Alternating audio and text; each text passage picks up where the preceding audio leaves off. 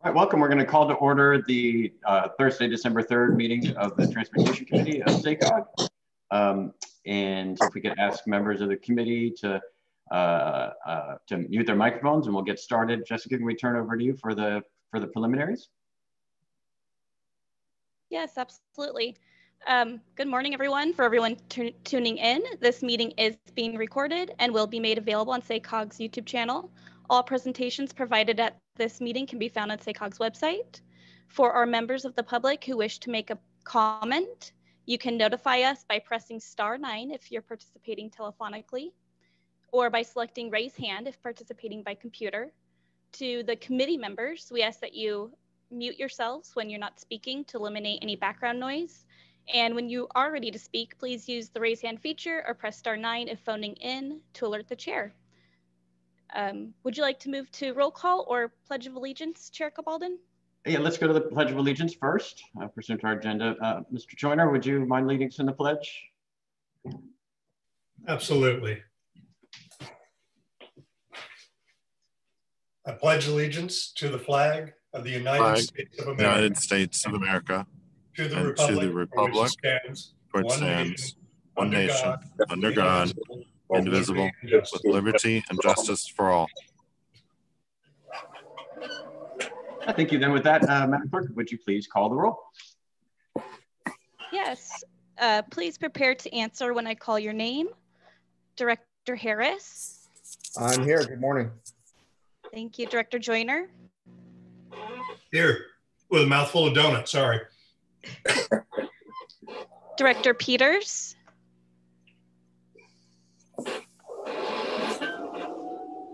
Absent. Director Butakavoli. I'm here. Thank you. Thank you. Director Sander. Here. Director Saylor. Absent. Director Chenier. Absent. Director Slowey. Here. Director Veerkamp. Here. Vice Chair Jennings. I am here. Vice Chair Soon. Here. Chair Cabaldon for Ledesma. Here. Ex officio member Tacker for Benapole.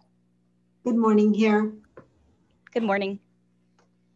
And all right, so quorum is present.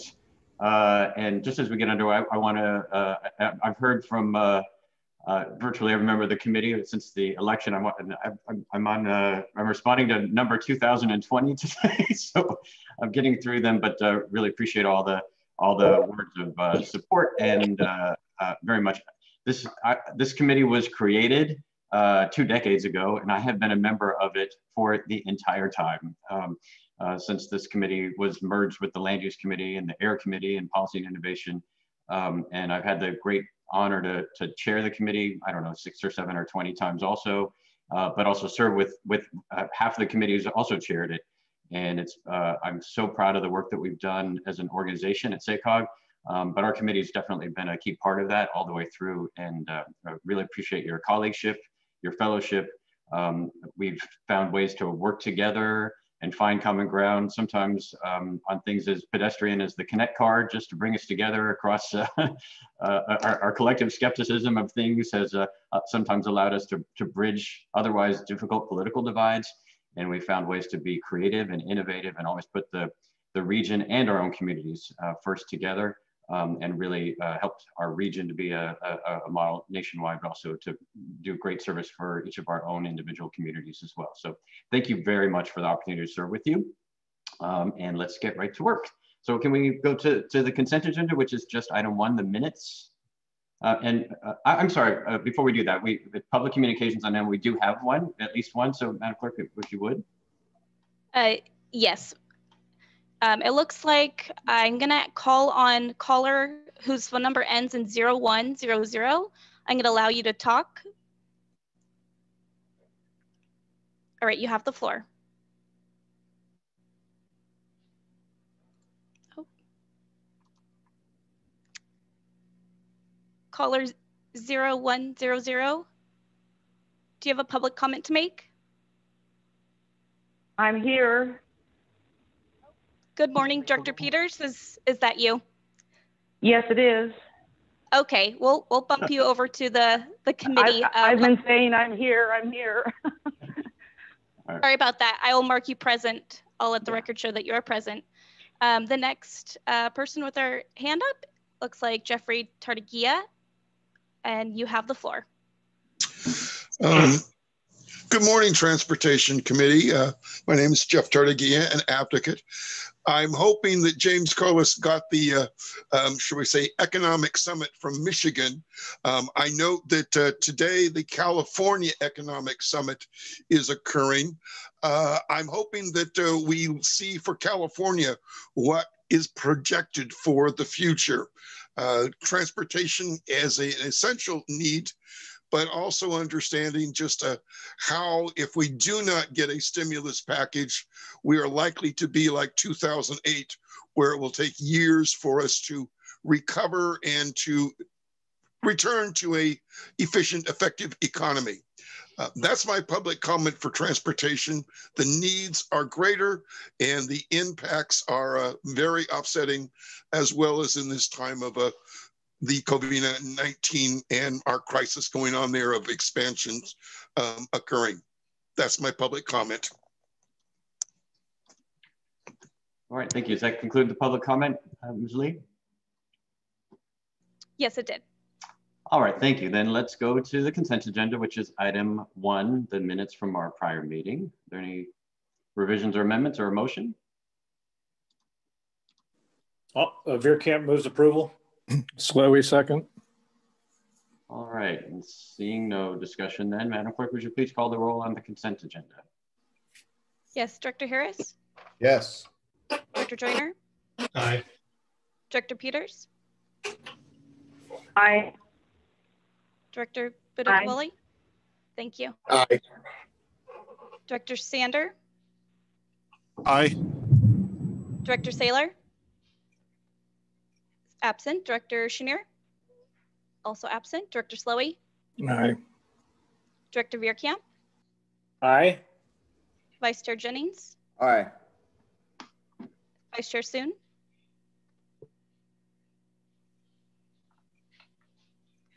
Vice Chair Soon? I'm sorry, I didn't hear your vote. Yeah, aye, sorry. Oh, thank you. And Chair Cabaldon for Ledesma? Aye. Aye, all right, so that motion carries. So that brings us into item 2, which is approving the release of requests for proposals for SACOG's Caltrans Strategic Partnerships Grant for the Sacramento Regional Emergency Preparedness Plan. Mr. Rawson. Good morning, Chair and committee members. Staff is seeking authorization to release a request for proposals to contract with a consultant for the planning and development of the Sacramento Regional Emergency Preparedness Plan.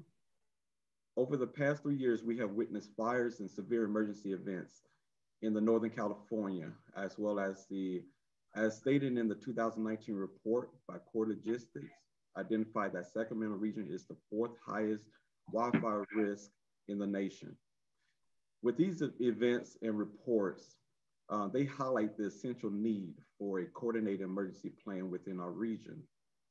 This emergency preparedness plan will be a joint effort carried out by staff, Caltrans, transit agencies, as well as various emergency operations centers within our region and the mega region. The plan will assist in creating accessible resources that are essential to disaster operations and recovery. In addition, it will also analyze the region's roadway system for vulnerabilities and draft new policies and procedures for the next generation of zero-emission transit vehicles and their use in emergency situations. The Sacramento Region Emergency Preparedness Plan is included in SACOG's overall work program for this fiscal year, and it also aligns with SACOG's work plan objectives. Thank you very much, and if there are any questions, I'll be happy to answer. Are there questions for staff at this point? Move approval, Slowey. Jennings will second. All right, and Ms. Lee, do we have any request for public comment on this item? We do not have any public comment. All right, okay, any discussion on item 2? Yeah, Chair Cabaldon, Brian Veerkamp here. Just want to make sure SACOG's aware, I've got a new role as the Executive Director for El Dorado County Emergency Services Joint Powers Authority, which is all of our ambulance service. So I definitely would like to be included in this process to whatever degree deemed necessary as we plan emergency services for the region. I think James has my contact information. We know where to find you. And Director Veerkamp, I hope you understand this is, in a small way, this effort really does emerge from a lot of your leadership as board chair, post-Oroville, your convening of all the stakeholders. So again, thanks for all your efforts. And we're thrilled to know we get to keep working with you. Yep, absolutely. So just want to make sure I'm put myself available for you. All right. Thank you. And Congratulations. That's great. We know where to find you. Just listen for the sound of the cuckoo clock and we're close, right? Yeah. Yeah. All right. There are days, Christopher, and you know that. All right. Any other discussion on item 2? All right. Then, Madam Clerk, would you please call the roll? Director Harris? Aye. Director Joyner? Aye. Director Peters? Aye. Director Budicavoli? Aye. Director Sander? Aye. Director Saylor? Aye. Director Chenier? Absent. Director Slowey? Aye. Director Veerkamp? Aye. Vice Chair Jennings? Aye. Vice Chair Soon? Aye. Chair Cabaldon? Aye. All right, so that motion carries as well. So let's move then to item 3, which is potential extension of the regional bike share program agreement with Lime. And just on, I know all the members of the committee have received some additional documents from staff this morning based on late breaking contract agreement negotiations that were underway with Lime and action yesterday by the Bike Share Policy Steering Committee. And so I know we just received additional information this morning, which is a challenge for all of us to pour through, but also just to emphasize that that's the result of a lot of negotiation that's been ongoing, and that this did get a complete and full hearing yesterday at the Bike Share Policy Steering Committee as well. So with that, Ms. Bradbury, sorry. Yes, thank you. So I am going to still give an overview of the white paper that we sent out to the committee. We did not have time to send you all the terms that were approved by the Policy Steering Committee last night.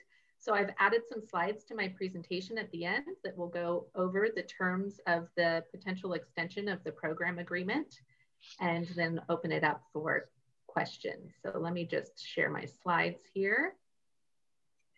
Can you all see that? Okay. So as Chair Cabaldon mentioned, in the 11th hour, a deal came together, but I am going to start with a high level overview of the white paper that we did send out to all of you. And we can always take a deeper dive on it later if there's interest from the committee. So the staff memo that we sent out includes a timeline of major milestones for the bike share project to date. But just to give a brief overview of how we got here, we launched bike share in 2018. We had very strong ridership on the system through 2019 into early 2020. In March, Jump pulled the fleet due to stay-at-home orders due to COVID. And in May, Lime took over Jump operations. We negotiated an interim agreement, transferred the Jump agreement to Lime with some interim terms, and had bikes back out on the streets of West Sacramento and Sacramento after August 28th. And then since then, we've been exploring a longer term deal with Lime as we also looked into what other options for bike share might be in the region. In the past 2 years, we've seen tremendous change in the industry, including operator consolidation, declining bike share operations, increasing scooter operations, and this has all presented an opportunity for us to examine our regional approach to bike share and how we want bike share to look into the future. So we brought the Policy Steering Committee an in-depth research and analysis piece focused on exploring various bike share options for the region, and that is the white paper that's attached to the memo that was sent out. And the memo is quite long too, because it gives a lot of history for all of you who might not be familiar with the day-to-day of all the bike share work that's been happening. So the objective of this work was to provide information, generate discussion, and inform an eventual update to the business plan. And while this is a good start to an update to the bike share business plan, it does stop short of offering any recommendations and analyses around ridership or user pricing, geography, improvements to the equity plan, and a detailed financial plan. The key findings are outlined in the staff memo and are included at the end of the white paper. And I won't go over those in detail, but I did want to highlight a few main points. First, the Sacramento region has a strong micromobility market. I want to talk a little bit about the economics of bike share, the case for bike share, and that there is no best operating model from the SWOT analysis that we did of different operating models.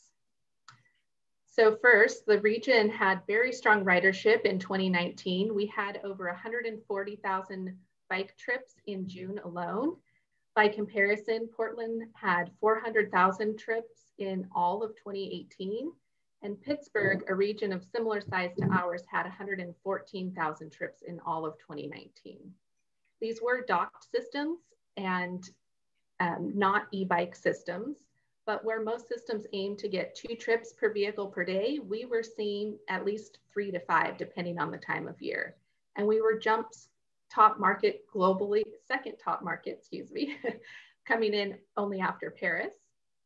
And it is a different market now. In part due to COVID, we have seen that COVID has dampened ridership. We were at about 2 trips per bike per day when we relaunched at the end of August, and that has gone down to a little below 1 trip per vehicle per day as the weather has gotten a little cooler and more stay-at-home orders have gone into place. So I want to talk a little bit about the economics of bike share. Under the current market conditions, we're seeing that bike share does not appear to be self-sustaining. In 2017, it looked as if private companies might be figuring out how to make bike share work without the need for any public funding. But ultimately, they were not able to make bike share operations profitable. In our scan of current bike share systems across North America, we did not find any in which private operators were willing to pay fees to go into cities and operate bike share without some either capping of the number of providers in that market or complete exclusivity of the market. All public systems are subsidized with public funds and or sponsorship dollars. You can see here on the revenue side of this chart that only 50% are covered by ridership fees, and the other half of revenues come from some mix of sponsorships, grants, or public subsidies. Identifying long-term funding for bike share has always been a challenge, but in recent years, we've seen public systems like those in Denver, Portland, Seattle, and Santa Monica either fold or make shifts away from publicly owned systems to privately owned systems where the risks and the costs are shared with the private sector. And in places like Philadelphia, Chicago, and Minneapolis, they still have public systems, but have also entered into recent agreements with private companies that are taking on more of the costs and risks in exchange for market exclusivity, and then they meet service level agreements in exchange for that. We have seen that vendors are still willing to pay fees to cities to operate scooters, reportedly because capital and operation costs are lower for scooters compared to bikes, but it's unclear how long that model will last. And I do want to note that this is just a snapshot of the marketplace, that we do think we have a premier market here in the Sacramento region. And so it's possible that we might outperform some of these other markets. And I'll touch more on that towards the end of the presentation.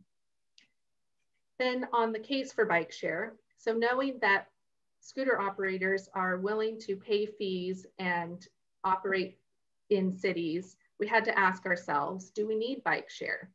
Can scooters alone meet our goals around equity, trip reduction, and transit integration? And what we found is that bikes and scooters likely have different users and use cases.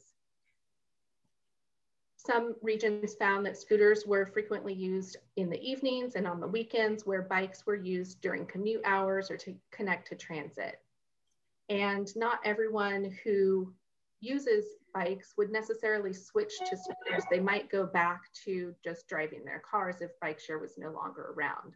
So in this chart, you can see that for taxi and TNC trips, as well as auto driver and passenger trips, scooters look to be outperforming bikes in terms of trip reduction. People are taking scooters to replace trips at a higher rate than they're using bikes. But if bikes were no longer there, it doesn't mean that those trips would all shift to scooters.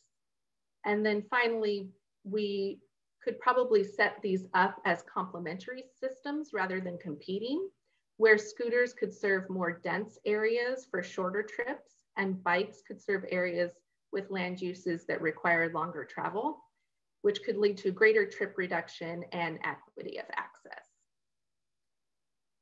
And then the last point I wanted to touch on is this idea that there's no best operating model. So we conducted a SWOT analysis of 3 main operating models: a publicly or nonprofit owned and operated system, a publicly or nonprofit owned but privately operated system, and a privately owned and privately operated system.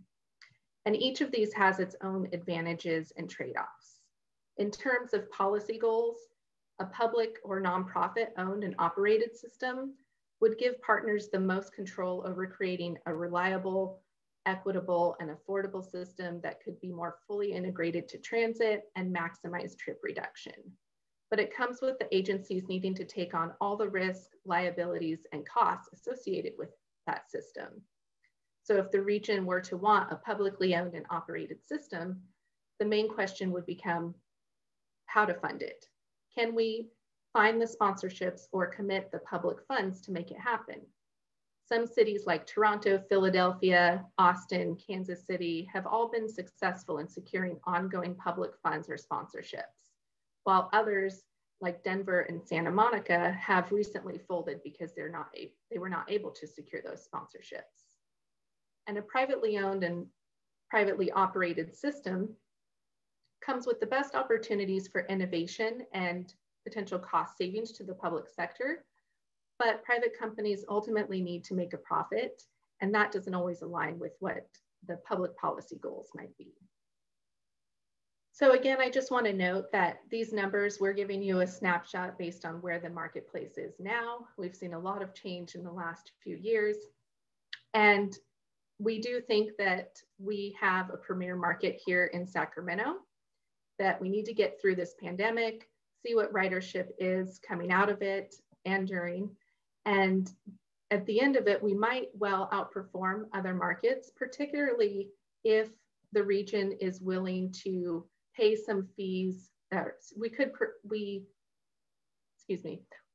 attract a vendor that's willing to pay some fees and cover some of the costs of oversight of the system, particularly if we're willing to offer some incentives like limiting the number of providers in the market or offering complete exclusivity to a single provider or advertising rights. So ultimately, there are many options for bike share in the region. We see this work as an important first step in updating our business plan, in which we could explore questions around equity program improvements, system fleet size, service area geography, user pricing, and a financial plan. And as a way to bridge the gap between that update and what we do over the longer term, we have been exploring with Lime the potential of extending our program agreement. And we apologize that this has come at short notice, but as you know, these deals often happen in the 11th hour. And I'm going to go ahead and walk through what the terms of the extension of the agreement are that the Policy Steering Committee approved unanimously last night. And I did want to just touch on a couple of points that while we wanted to get this to you prior to, we had been working on a deal with Lime that was based on trying to eliminate or reduce fees. And we thought we were close to a deal, and that did not come to fruition, but we now have a subsidy revenue sharing model that is linked to the size of the fleet and the utilization of the bikes. So it gives us control over the number of bikes being deployed and how much subsidy we would pay. And this is all because from our research, we know that bike share is not an independent venture, that it's been struggling to be an independent venture. We're not seeing much viability as a self-sustaining business. And so we do see this as a deal to keep bikes out in the near term as we figure out what to do over the longer term. So with that, I'll dive into the terms of the agreement that we've negotiated here. First, the length of the agreement would be 2 years with options to extend up to 3 more years. The initial fleet would be 200 bikes across Sacramento and West Sacramento, and growing to 600 by March 1st, depending on what the ridership is. The actual number of bikes would be reviewed on a monthly basis and reduced at the request of SACOG if needed. Lime would continue discussions with the City of Davis to have an expedited relaunch of bikes in Davis by March 1st, and that would be subject to a separate agreement. These terms here would just apply to West Sacramento and Sacramento. Lime would continue to offer the same rider pricing that was negotiated in the interim agreement, and that is included in the staff memo if you're interested in those details. On parking, that continues to be a challenge in the region where bikes are creating ADA issues in some cases. Lime will move improperly parked bikes within 2 hours and continue to work with cities on developing strategies aimed at reducing the number of improperly parked bikes by addressing rider behavior. Lime would also share data on device location and trips, pending data privacy provisions and agreements with the cities and SACOG. And they will also follow strict cleaning protocols to ensure the safety of the community riding during the pandemic. And then finally, the bulk of the deal is based on this revenue sharing and subsidy agreement. So I'll go over that. SACOG would pay Lime a monthly subsidy amount based on the number of bikes that are active. And that is on a sliding scale that you'll see here. As trips per vehicle per day increase, the amount that SACOG would pay per active vehicle decreases. So at 0.5 trips per vehicle per day, SACOG would pay 70 cents per vehicle in service. And then at 1 trip per vehicle per day, we would pay 62 cents per active vehicle. And it goes from there up to 2 trips per vehicle per day, we would pay 38 cents per active vehicle in service. On the revenue sharing side, no subsidies would be paid when the trips per vehicle per day hit 2.75. And then Lime would pay SACOG 5 cents per trip in any month in which the total trips per vehicle per day exceeds 3.5. And Lime would use its best efforts to promote bike share and not promote scooters to the disadvantage of bike share, and all subsidy payments would be conditional on Lime using its best efforts to support bike share. So I do want to note that the funding for this is available as part of the regional bike share budget. We have local funds that are set aside from the Air District's contributions. We're very grateful to the Air District for their longstanding commitment to micromobility and funding zero emission transportation options in the region. We project the subsidy exposure could be somewhere between 100,000 and 200,000 for 2 years. But we think it will come in at the lower end of that level, in part because we have control to influence the fleet size, watch ridership, and see what the market looks like, both with more scooters and during the pandemic and coming out of it. So we will be monitoring this data closely on a monthly basis and make sure that we are spending this subsidy money wisely.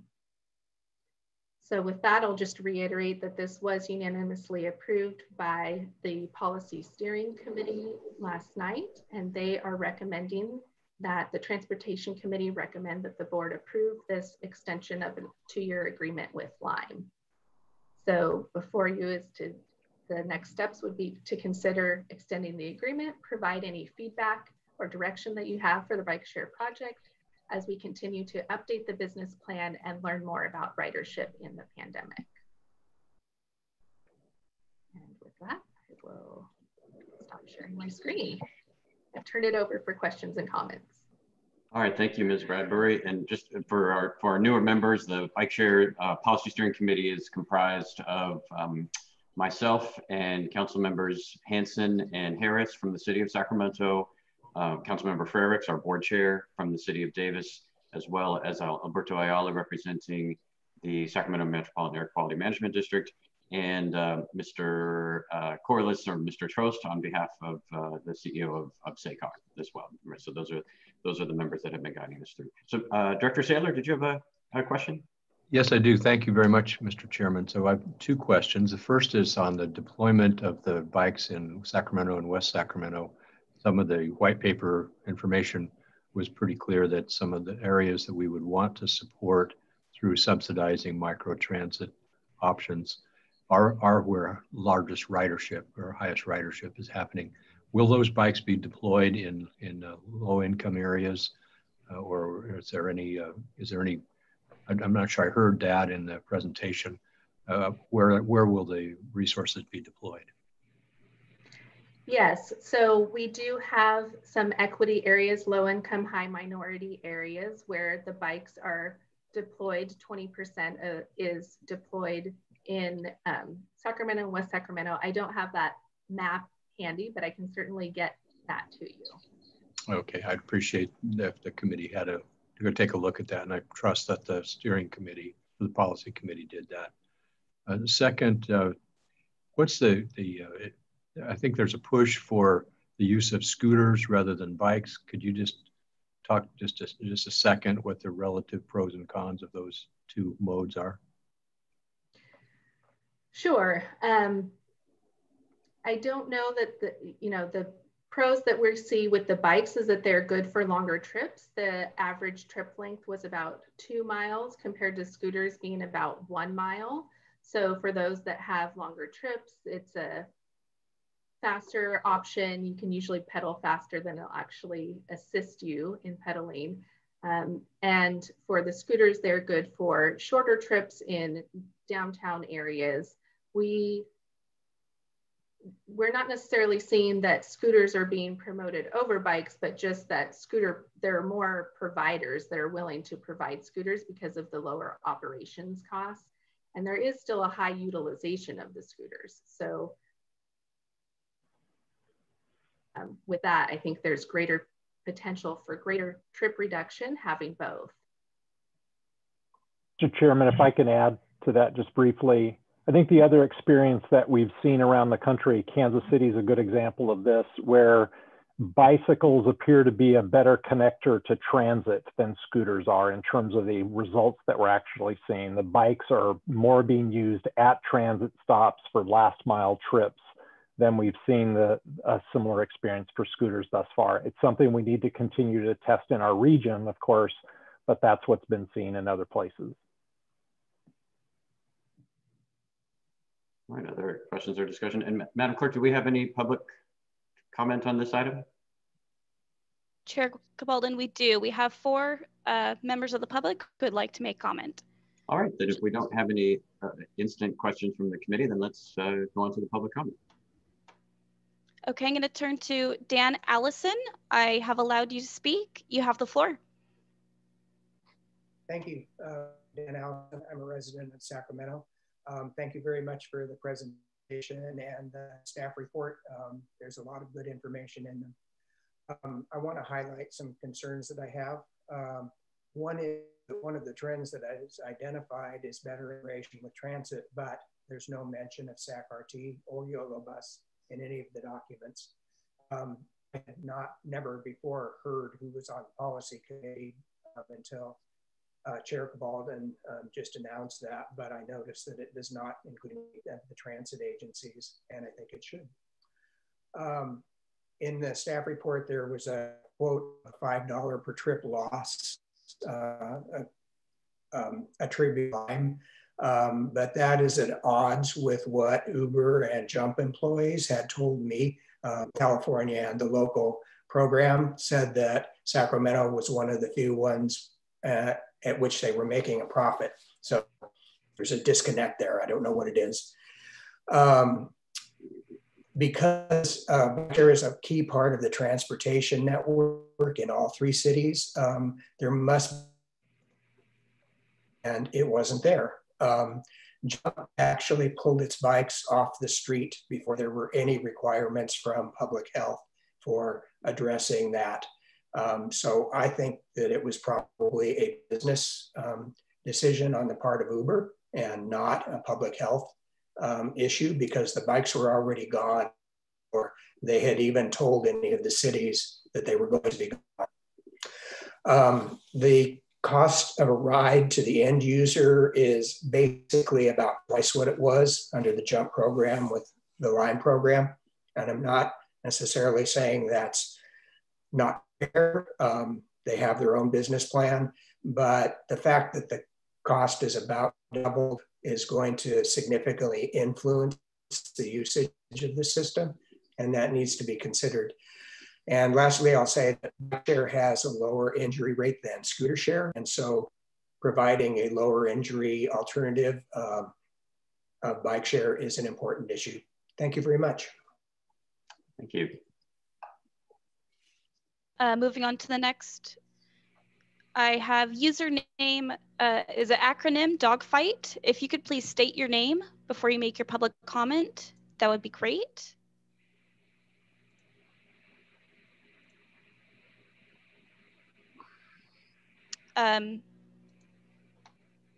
Apologies, looks like we're having some technical difficulties. I'm going to move on to the next person.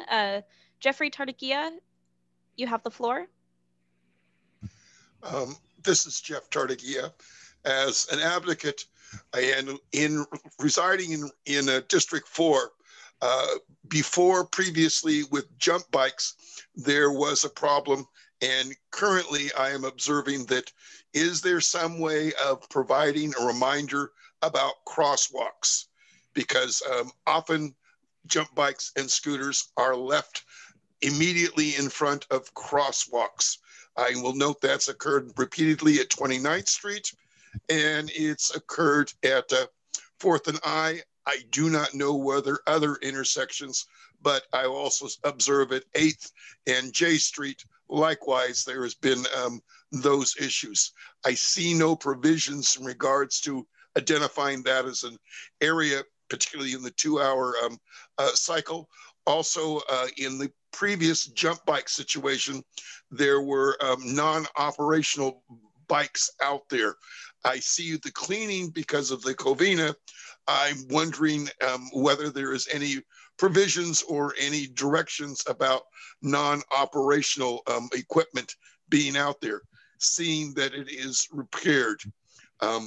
I just bring that to your attention, observing what this new model will provide. My understanding is for the Sacramento, there is a 311 app that will help identify, and I didn't see in there a clear distinction about how you have labeled what the particular vehicle is. I'm hoping that that will be in a large lettering so you can see exactly what is the number that is being attached to the unit. So it's just not a picture and a GPS that provides you with the means of identifying the equipment. I've heard, if I understood correctly, that you will be getting some of the GPS data in a timely manner to determine where these things are located. That's my public comment on this new proposed agreement with Lime. Thank you. Thank you. I'm going to move on to Ron Brasel. You have the floor.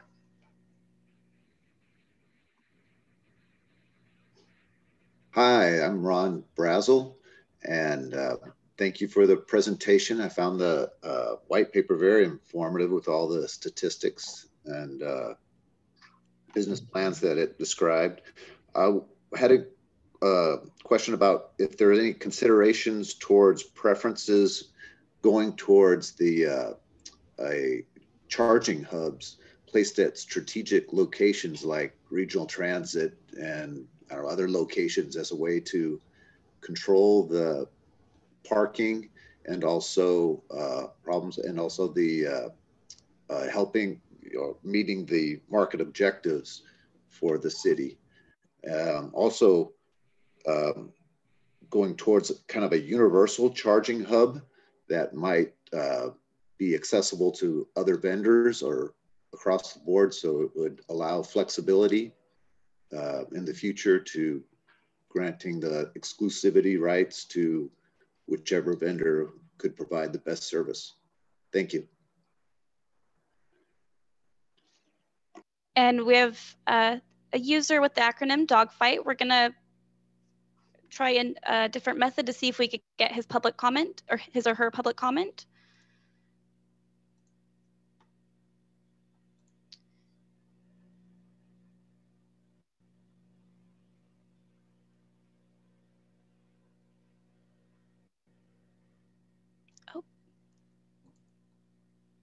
It looks like it is Helen O'Connell. Give us a moment while we get her unmuted.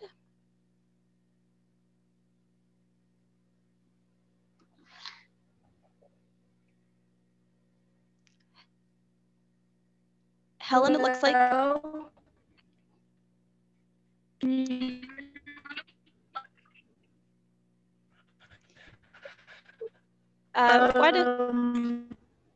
I was concerned about the bikes being left where we can't get through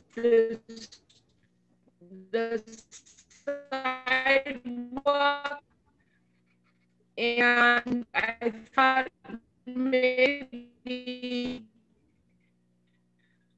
a punitive fee would be helpful in encouraging behavior that would leave them out of the middle of the sidewalk or crosswalk areas.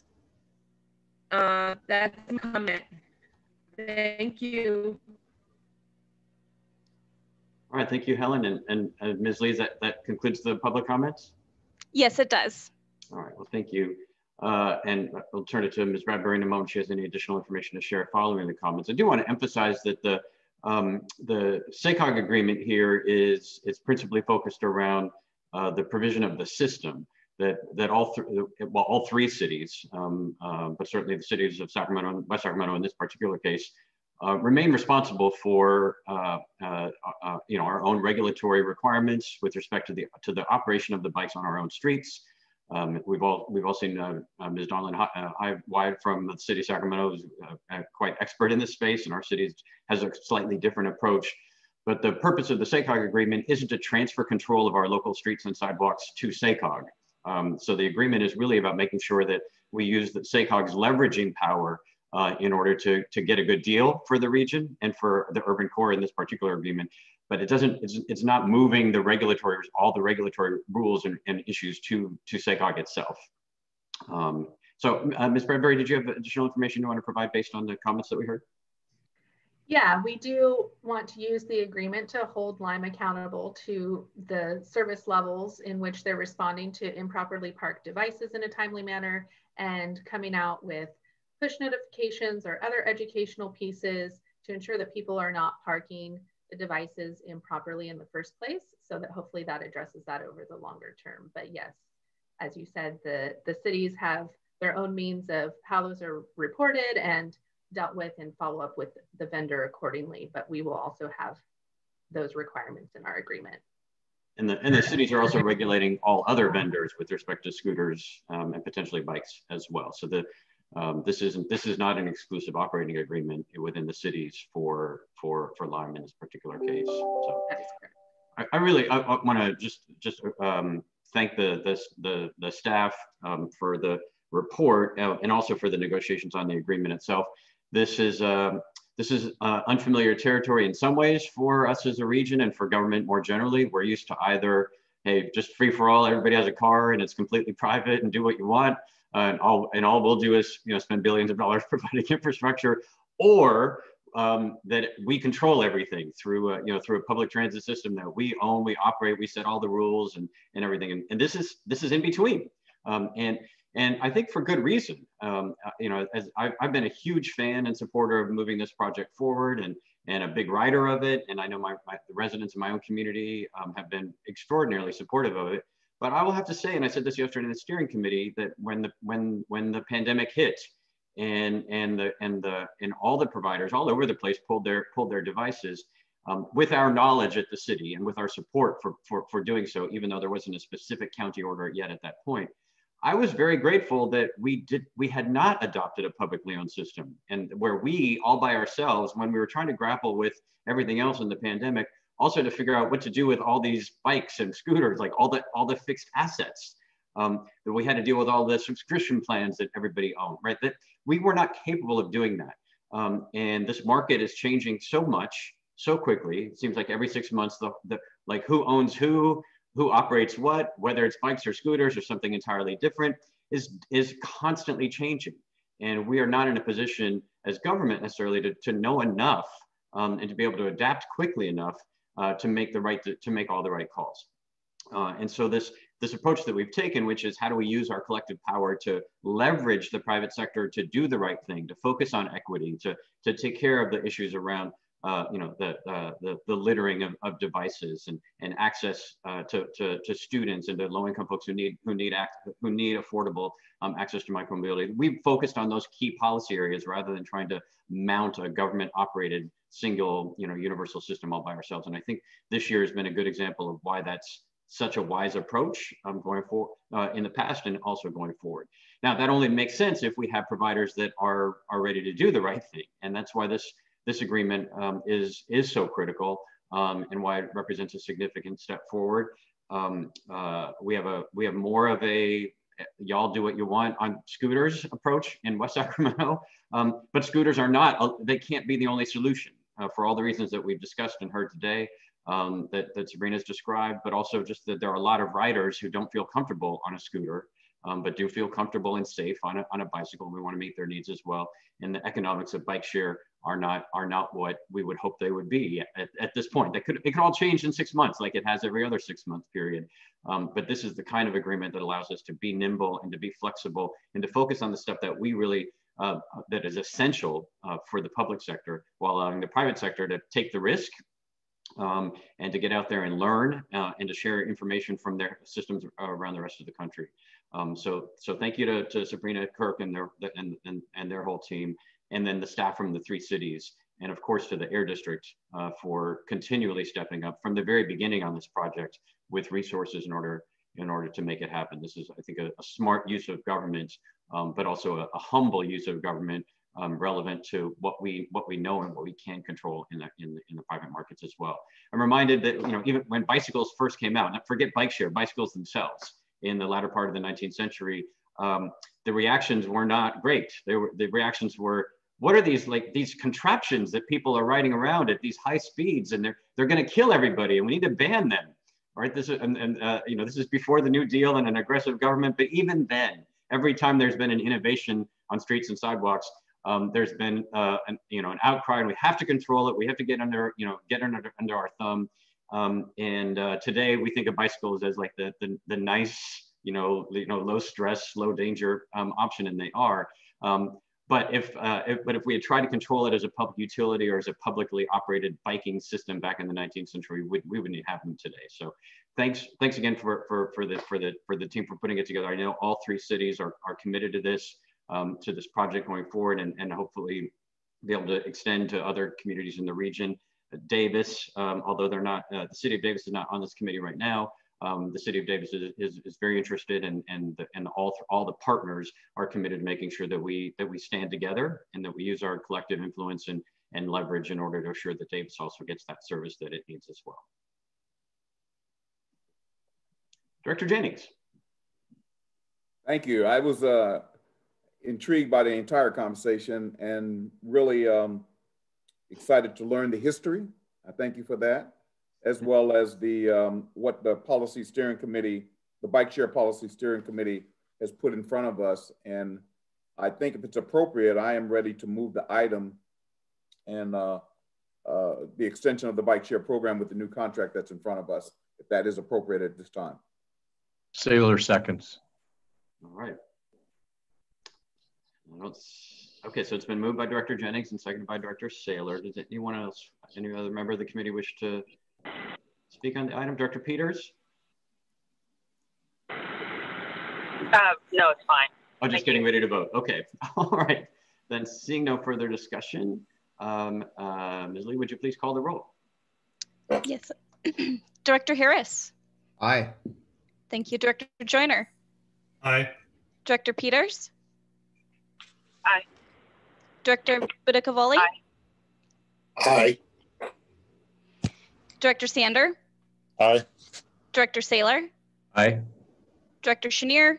Absent. Director Slowey? Aye. Director Veerkamp? Aye. Vice Chair Jennings? Aye. Vice Chair Soon? Aye. And Chair Cabaldon? Aye. Thank you. All right, so that motion carries. Thank you very much. And with that, my work here is done.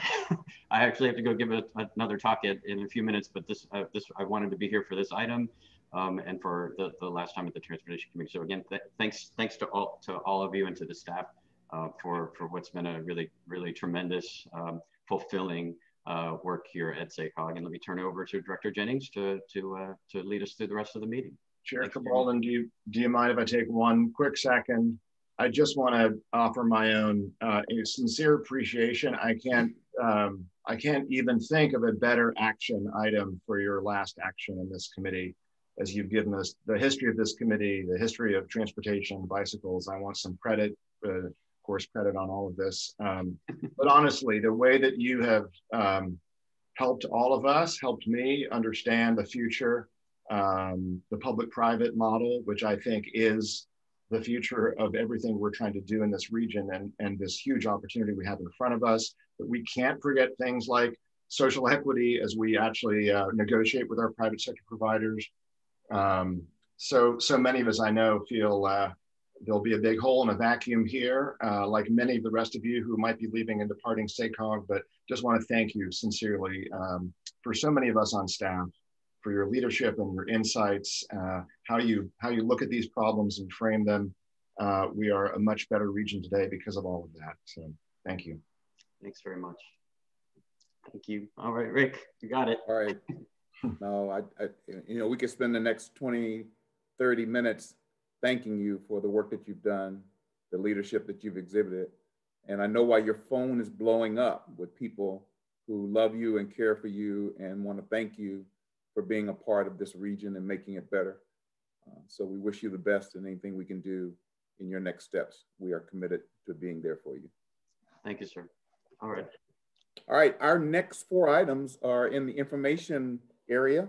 And we will start with the Youth Leadership Academy. I understand that there is a new cohort that has been selected for 2021. We will take questions from the committee, and then we'll take questions from the public. So Ms. Ramos, are you available to speak on that? Yes, on this? Good morning. Good morning. My name is Rosie Ramos. I am the project manager for the Youth Leadership Academy, and I'm happy to bring you today the final list of the newest cohort. In your attachment, you will find the 49 students that were accepted into the program. This was a record-breaking year for us. We had 110 applicants from all across the region. We offered to interview 80 students and we selected 49. And I'm also happy to share that we had 10 students returning from last year as peer mentors. These students will take on leadership roles that include facilitating discussions, moderating panels, and other activities. And we're excited to welcome them back to continue their leadership skills develop. Tomorrow, we will actually be hosting an orientation for students to get to know each other.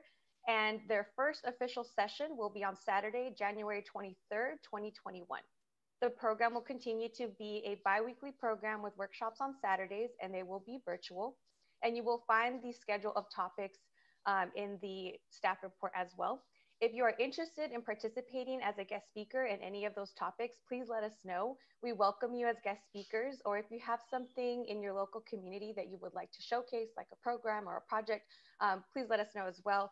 We'd love to highlight it. From our feedback from the last 2 years, students really enjoy connecting with you, and that's one of the key highlights of the program for them. And finally, I would like to thank our sponsors for the last 2 years for making this third year possible, and you can find the full list of sponsors in the staff report as well. And with that, I'm happy to take any questions if you have them. Thank you. Are there questions from the committee?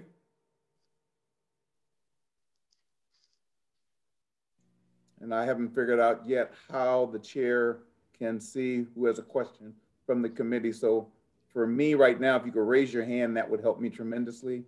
And then they'll teach me a little bit later about how to be able to call on each person in the order that you put up. Any questions at all? Congratulations on a record-breaking year, 49 students in the program.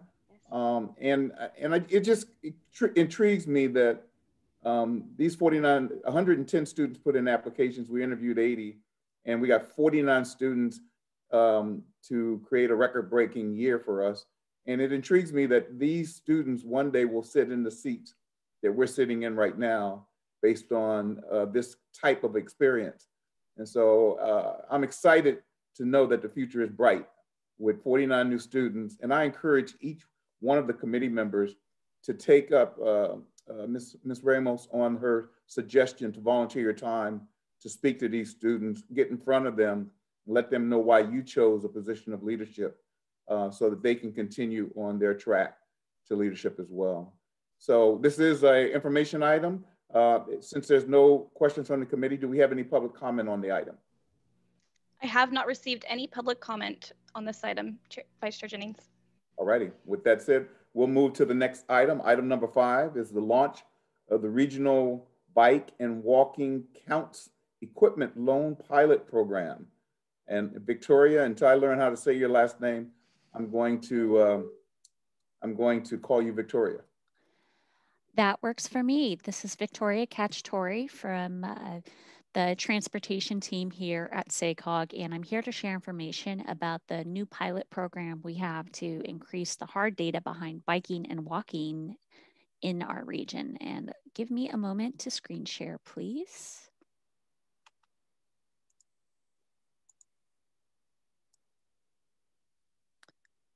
Great. So this program, which we have dubbed Every Bike and Roll Counts, is our foray into helping local agencies gather the actual counts for biking and walking modes, which will allow us to increase our ability to effectively plan for the infrastructure and the behaviors that we want to see. The genesis of this program was from a few years back when we saw a growing interest in the ability to measure the performance of different investments, such as whether new bike lanes and trails and sidewalks were delivering on the increases in biking and walking that they had promised.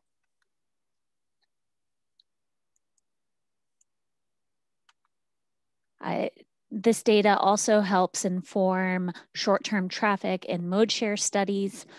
A number of funding programs have institutionalized it by requiring pre- and post-project reporting on any investments that are made, such as what you see in the state and regional active transportation programs and other projects that are funded by Senate Bill 1 funding programs. But another important part of this is that we need ways to show the gradual increases in changes in travel modes, as what you see, like when you open a new trail or a new sidewalk or a new bike lane, the numbers that you have on day one of that facility being open are not your end all be all, but more as the facility is open for more time, as more people become aware of new facilities through either transportation demand management programs or just by word of mouth, people get time to change their patterns to shift more to biking and walking. And you need to measure that impact over a longer period of time. And what you'll see here is how this data has traditionally been collected by a person standing with a clipboard, counting all of the people going by either bike or walking. That sort of data collection is still very useful if you are trying to measure things such as the number of people who are wearing helmets, if you're interested in that information, or if you're trying to see how many people are children or adults. But if you're just looking for high quality numbers of the number of people who are biking and walking, this is going to be very labor intensive, and it is very rare that you will have a volunteer that is willing to go stand on the corner for several hours. More often, you'll have a project engineer who has to forsake their work, engineering projects and developing new transportation work for your local agency, who has to go out there and count the people going past.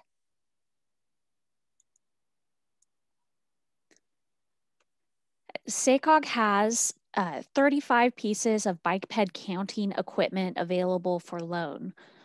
You'll see that we have a slightly higher number of what we like to call people counters, because it's not going to differentiate between the number of people biking versus walking, but we'll just count the number of people passing by a counter. This is because this type of equipment is the most appropriate for sidewalks, which is what we see a lot in our local planning efforts, both in what people apply for when they are looking for active transportation funding, and then also a number of commercial corridor planning activities that look about how you can create a more enticing streetscape that'll have people walking to different businesses. And the great need that we have in our region for sidewalk infill, a number of places that do not have existing places for people to bike and walk. We also have a number of counters that are able to count the number of people biking and distinguish that from the number of people walking. We invested in these to get a better understanding of how trails work as transportation facilities in our region. We know that trails have great potential for serving recreational needs and public health needs, but it is a little less clear to us about how they fit into the bigger transportation network.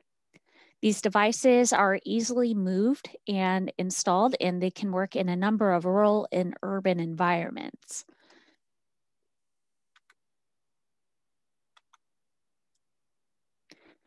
The process that we have for people to borrow equipment from us is that you would set up a master agreement with SACOG that lays out the responsibilities, such as that once you borrow this equipment, it is your responsibility to install it. That way you can make sure that it is compliant with all of your local permitting requirements and other guidance, and that it wouldn't be in conflict with any projects that you have going on in the area or upcoming efforts.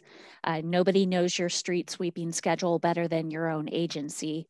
So we establish an agreement that lays out all of these responsibilities. And then from that point, you are able to use a simplified process where you would fill out an online, and by you, I mean whoever is working on your transportation staff. You would fill out a request for using the equipment.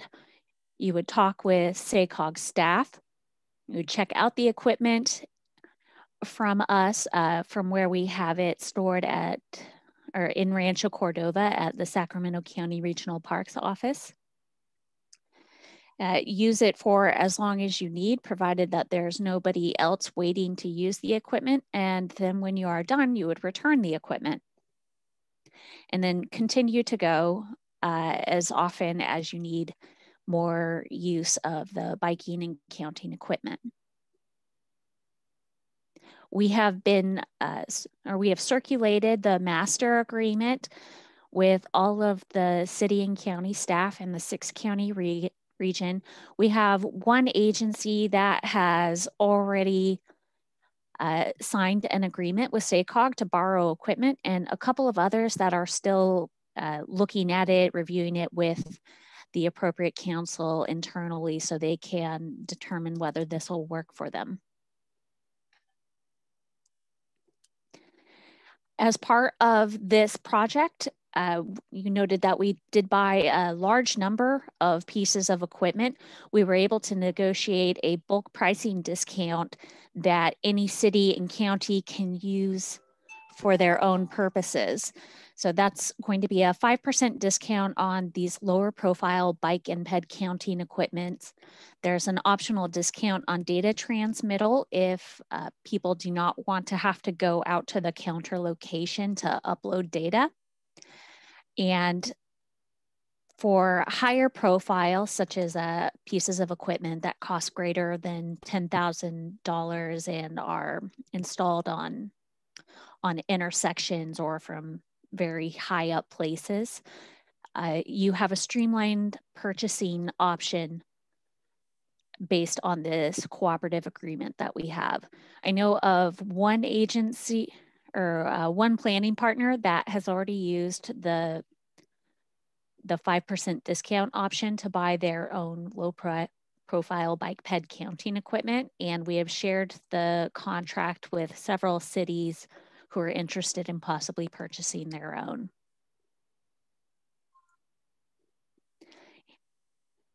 I'd like to take a moment to thank our partners on this, that the Statewide Active Transportation Resource Center, who has been sharing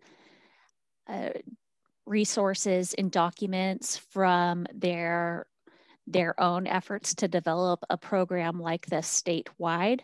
And then also to Sacramento County Regional Parks, who is storing the equipment for us for the next several years. And will also be installing some permanent bike ped counters on their trail system so we can get that higher quality data about how biking and walking fit into our transportation network. And with that, I will take any questions. Great, great, great. So we'll go to the committee first, and any questions from the committee on this presentation?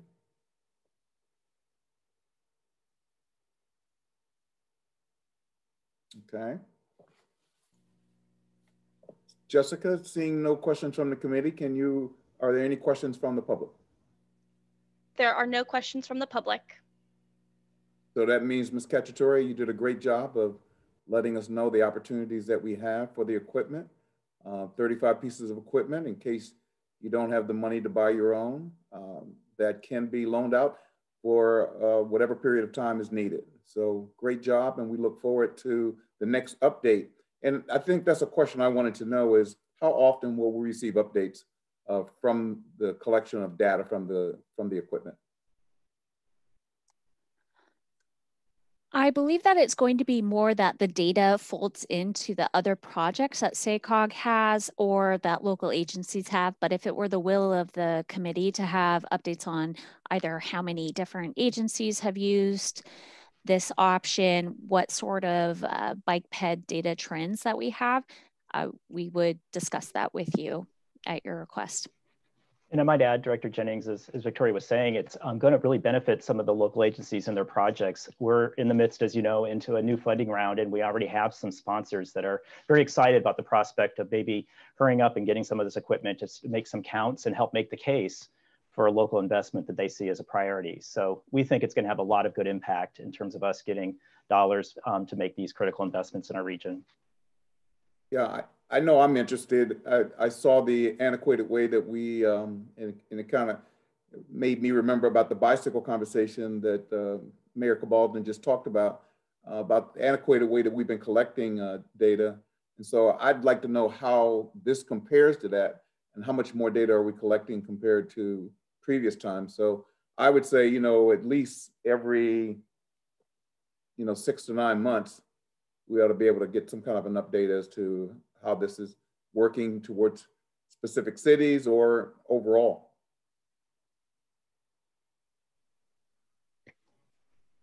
Thank you, Victoria. Great.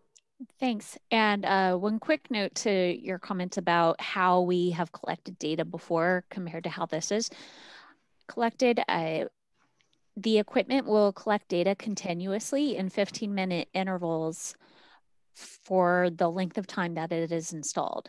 And that is a much higher quality and quantity of data than how we are currently collecting it. You have a person standing on the corner. They are typically going to be there for about a 2-hour window because that's kind of the bare minimum of what you can count as counting people biking and walking. But it is hard to get people to stay out there for much longer. And when you have these, this continuous data collection, it's going to give you better information about how biking and walking is utilized in the area, because peak commute time for biking is typically different than peak commute time for driving. And the same would go for walking. Walking may not be the primary commute mode quite as often, but you are going to see different peaks and valleys. And then also, if you have a trail that is also serving recreational purposes, those peaks will be at a different time as well. And you would miss it if you're just looking at the 5 to 7 p.m. on a Tuesday. Vice Chair Jennings, I appreciate the question, and I think you all know this. There's a lot of interest in this committee on this topic. We might have themed this morning, bicycles, the future and the past and the present. Just to build, first of all, you've got one of the state's best experts on bicycling right here with Victoria. I just want to give her a lot of credit. She leads all of our work, works with all of your staff, does a tremendous job. On the data piece, we typically traditionally, we don't do this anymore, but we've had the census looking at the commute journey to work. Please do not look at that as the indicator of how much people either ride bicycles or want to ride bikes, right? It's typically done one day or week. It's just a very bad way of gauging this. Victoria just gave you the other, more recent ways we've collected data. Think instead about the bike share system and what you just heard from Sabrina about. We've got some of the best bike share ridership numbers in the nation. And we're pretty convinced that if you give people a fun, easy, reliable way, safe facilities, they will ride. In this region, we, I think, have one of the best opportunities to really go big on getting people on bikes. And as you know, during the pandemic, we now have a national run on bicycle sales. So this is all part of the data piece, the trails project that Victoria is leading that you all heard about a couple of months ago to connect our entire region with a network of trails. We want to go big and help all of your jurisdictions go big on this. And this is just one piece of that puzzle. So great. Great. Super. Thank you very much, Victoria. And it looks like you have the next item as well, the fiscal year 2021-22 Caltrans Sustainable Transportation Planning Grants. So I'll give you the floor back again. Yes, and there is not much more information on this from when we presented it last month, but given that we will not have an opportunity to talk with you again before the grant guidelines are formally released and possibly even before the applications are due, we wanted to provide a reminder about these important planning grants that provide funding to help our region plan what we need to fulfill the MTP SES. There will be $21.5 million distributed competitively by Caltrans across 3 programs to help advance sustainability, mobility, social equity, and other objectives that support the Caltrans mission. The last public workshops were in mid-November, where Caltrans staff shared that there were no significant changes to the draft guidelines expected. So we're just waiting for the final guidelines to be released. There's typically a 6 to 8 week application window where your staff will be working on their own grant applications. So we highly encourage cities and counties to use the draft guidelines that were previously released to start finalizing their concepts now, given that we are also about to have a lot of people taking off time for the holidays. SACOG is still working on finalizing our own grant concepts, and we expect to bring back the list to the Transportation Committee next year of what we're looking at applying for. And we're also looking for opportunities to work with our transit operators on the strategic partnership grant opportunities, where we would work with Caltrans and the transit operators to do multimodal studies that have a focus on how we can adapt transit services or needs or other studies that'll help them operate more effectively. We'll be talking with their coordinating committee next week to see if there are any potential ideas that they would want to pursue, in addition to the technical assistance that we offer to both transit operators and cities and counties as they apply for these planning grants. So with that, if there are any questions. Questions from the committee or questions from the public? Vice Chair Jennings, there are no questions from the public at this time. Okay. So again, great job, Victoria, of presenting. No questions from the committee, no questions from the public. All right, we look forward to the next opportunity. The last item on information is the 2020 project delivery reports. Jose, are you here? Yes, hello. Hi, everyone. I'm Jose Luis Casares. I lead the project delivery team here at SACOG. Today's item is just information on how we did last year in terms of delivery in 2020. I've got 3 minutes. I wonder if I might be able to take 5 minutes. Is that all right, Matt? Yes. Okay. So I'm going to just provide a little background and tell you what this means and what this doesn't mean. So a little background, SACOG, we get money in 2 forms. We get actual money called apportionment. And the specific apportionments we're talking about are CMAQ, that helps pay for things like our bike share, and RSDP, which is everyone's favorite source of funding for SACOG. We also get obligation authority, the permission to spend those funds, but we don't ever get enough obligation authority. We only get 90% of what we need. In fact, that's true for every region across California and for all the states in the union. So the trick is, how do you get that extra 10%? Well, for perspective, 90% of what we need is about 5 million short every year. And I'm going to tell you how we get that extra 10%, how we're making up that 5 million. We get it through something called August redistribution. Every year I come and I give you guys an update on how we did. This year, we did really well. And you all should be proud to have sponsors that deliver projects this well, to a region that delivers this strong. We won during the COVID crisis, when project delivery was tough. We won $26 million of August redistribution. That's twice our last record in 2019, which was impressive last year when I came. That's 3 times our record from 2016. And like I said, we're just trying to get 5 million more every year. 26 million is 5 times what we usually need. So I'm going to tell you what this means.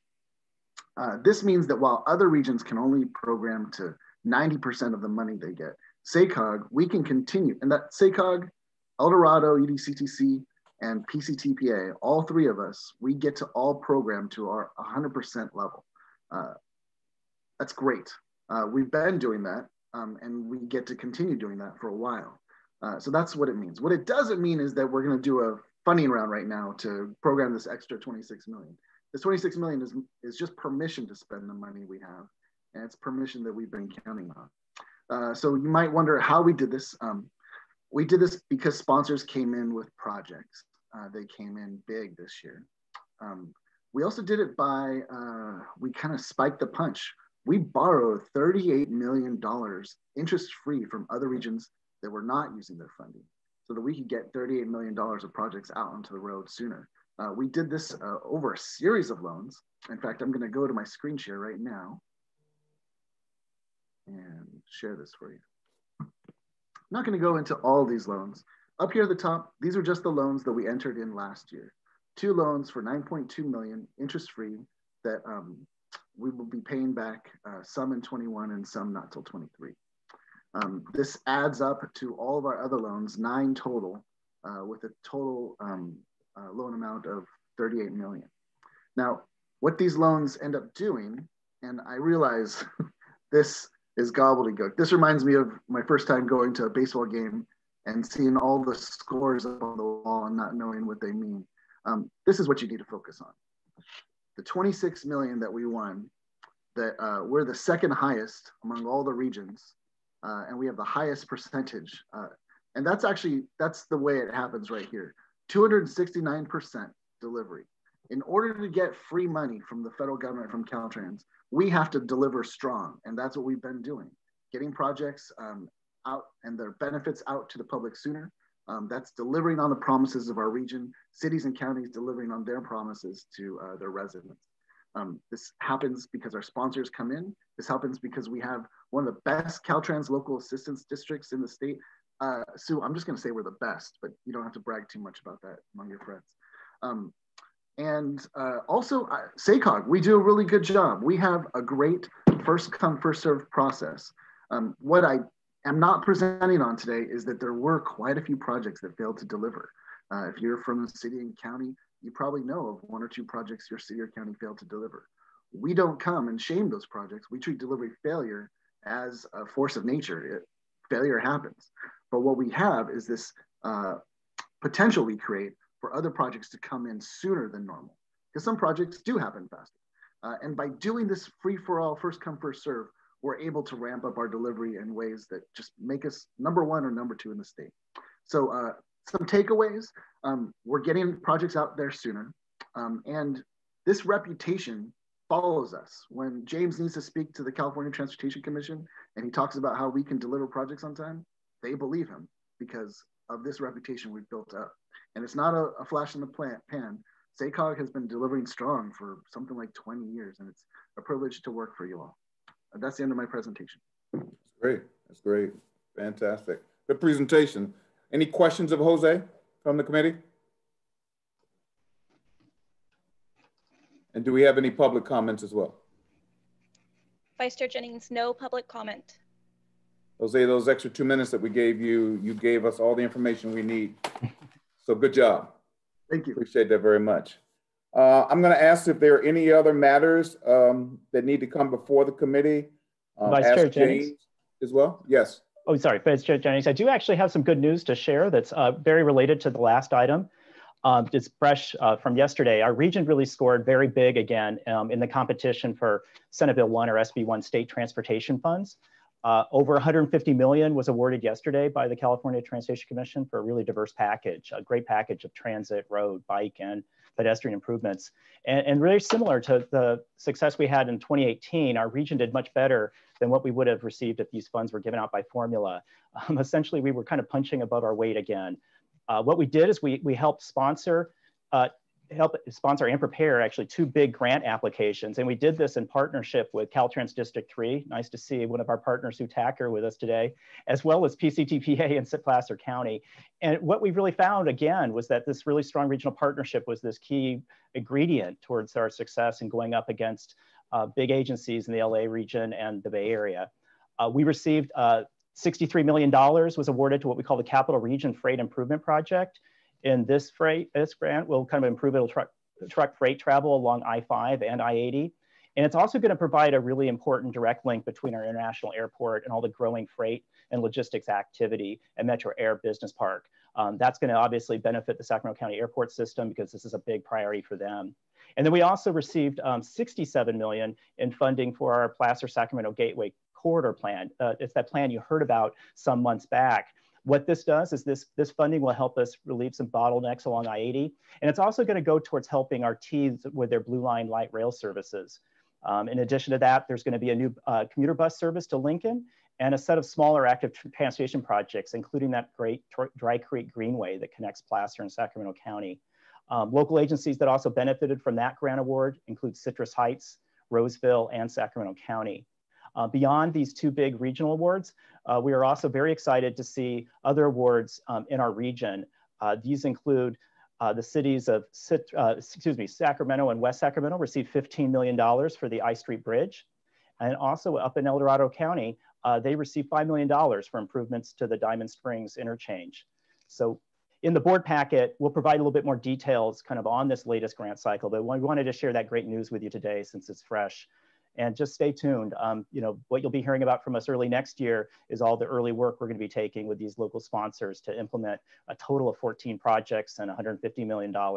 So we're very excited about the work ahead, and we really appreciate your support and all the support of our sponsors and partners, because we couldn't have done it alone. So thank you. And we're very happy to share this with you.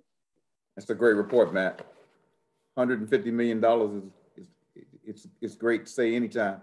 So thanks for bringing that to us, and we'll get more information about that in our board package, right? Correct? That's correct. Yes. Okay. Cool. Matt, I have a question about this. Yes. So Ranch Cordova had a dog in that fight that didn't get funded.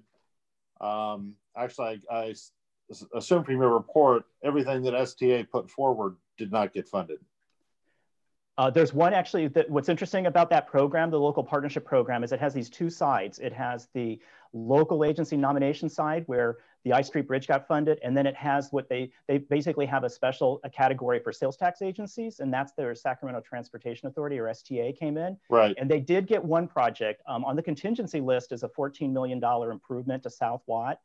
The insight is that they're quite likely to get that funded, but we are really disappointed because the projects that weren't funded included that important White Rock improvement that you and your staff have been working so hard on, that we want to continue working on trying to get funded. And the other project that wasn't funded, but also a priority at the STA, was the Green Line double tracking between the Intermodal and Township 9. So that's the kind of the bittersweet aspect of that local partnership program. Yeah, I do wonder about our regional strategy with regard to the local partnership program. You know, we were pushing White Rock Road. We got very interesting feedback from staff saying, you know, by the metrics, you've got the best project, but, you know, the region ranked you third. Well, and so it seems like that STA recommendation for a project, the Green Line double track, that's pretty undefined and a pretty long range. I mean, you couldn't turn dirt there for maybe a decade.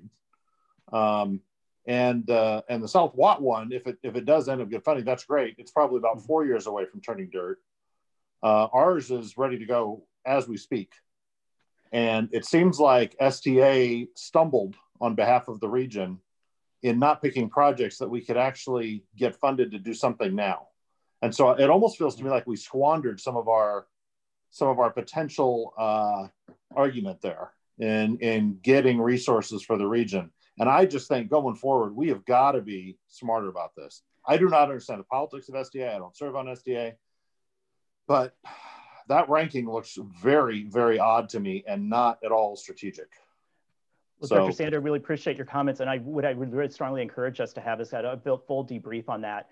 I do want to clarify that the local partnership program is unique in that we don't have, of course, we're kind of careful about, as on the regional agency side, not to get in the middle of the prioritization, because there's kind of a sense that the STA wants to be that prioritization, and they are the ones that are sponsors. But we really did offer technical assistance, and we want to help figure out what didn't go right and what could go better. I actually know that I understand your city manager will be meeting with some commission staff on Monday, and we're going to reach out and try to offer a little bit more insight. We've heard from CTC staff about that project and others, and we really stand ready to help again in those grant applications and try to, like you said, maybe take a different approach if we're welcomed into that process next time.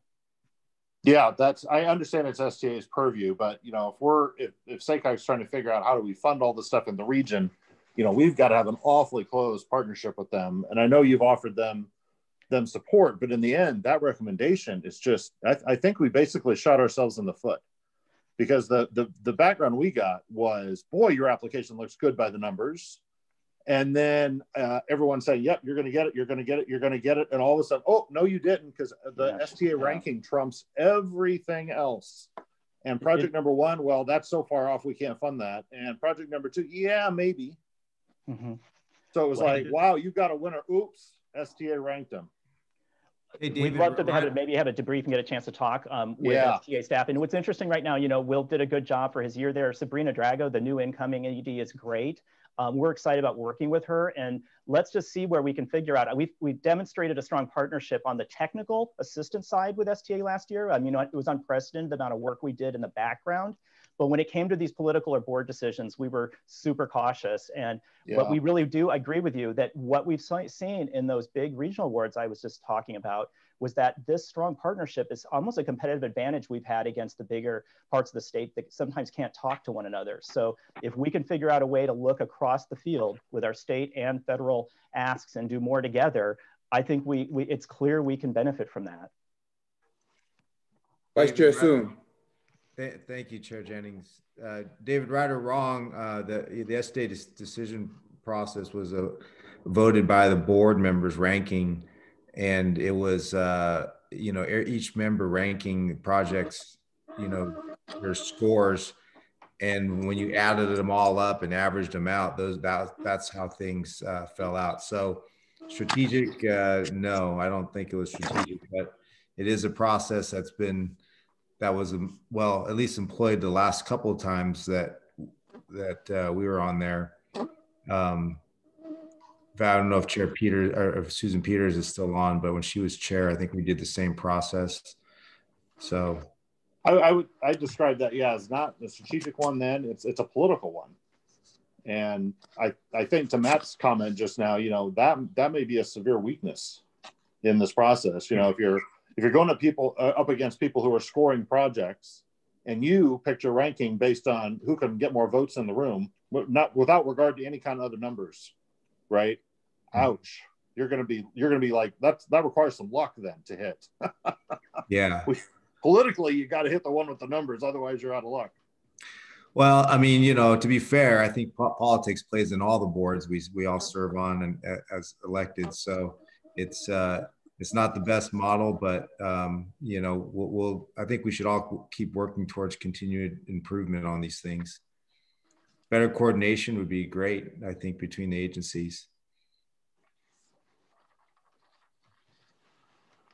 Thank you, Vice Chair. Any other comments on this matter? Any other matters to come before this board before we adjourn?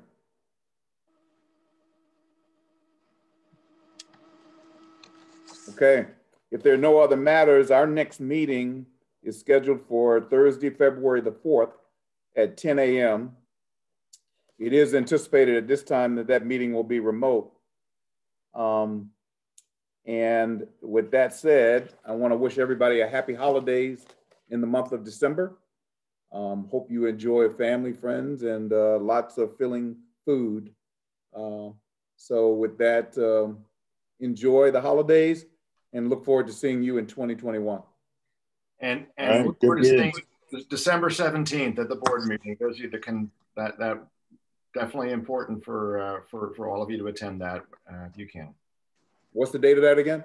December 17th, our last board meeting of the year. Okay. And you promised lots of great things at that meeting. Lots of great things. Milk and cookies, James. Oh yeah, that's the annual Christmas buffet, right? That's right. Awesome this year. I'm put on by serving virtual cookies. Yeah. Exactly. Right. Just like last year. You got plenty of time to get in the mail, James. Thanks, everybody. This meeting is officially adjourned. Happy holidays. Bye. Merry Christmas.